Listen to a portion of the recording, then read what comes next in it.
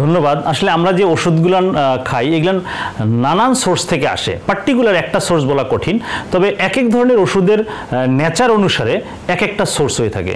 For example, আমরা অনেক যেগুলো কেমিক্যালি সিনথেসাইজড ঔষধ খাই সেগুলোর সোর্স হচ্ছে পেট্রোকেমিক্যাল, বিভিন্ন খনিজ যেই কেমিক্যালগুলো আমরা কালেক্ট করি সেগুলোকে আমরা বিভিন্ন ধরনের পদ্ধতিগত উন্নতির মাধ্যমে একটা ওষুধ তৈরি করি। কিছু ওষুধ আছে গাছপালা থেকে আসে, প্লান্টস সোর্স আমরা এগুলোকে বলি। কিছু ওষুধ আছে সরাসরি প্রাণীজ উৎস থেকে আসে, যেমন ধরুন কোলাজেন, হ্যাঁ, যেমন ধরুন অ্যালবুমিন, যেমন ধরুন আপনার ইনসুলিন। এগুলো কিছু কিছু ওষুধ আছে যেগুলো মাইক্রো অর্গানিজম থেকে আসে, যেমন পেনিসিলিন।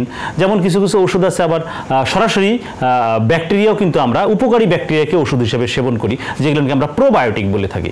সুতরাং ঔষধের সোর্স নানান রকমের, সেগুলোকে আমরা তার উৎস থেকে নিয়ে বাকি পদ্ধতিগত কাজগুলো সম্পন্ন করে একটা রিফাইন এবং একটা অ্যাক্টিভ ফার্মাসিউটিক্যাল ইনগ্রিডিয়েন্টে কিন্তু আমরা সেগুলোকে পরিণত করি, যেটা আমরা পরবর্তীতে আরও কিছু প্রক্রিয়াগত উন্নতি সাধন করে ডোসেস ফর্মে, ট্যাবলেট, ক্যাপসুল, সিরাপ বিভিন্ন ফর্মে আমরা বাজারজাত করে থাকি।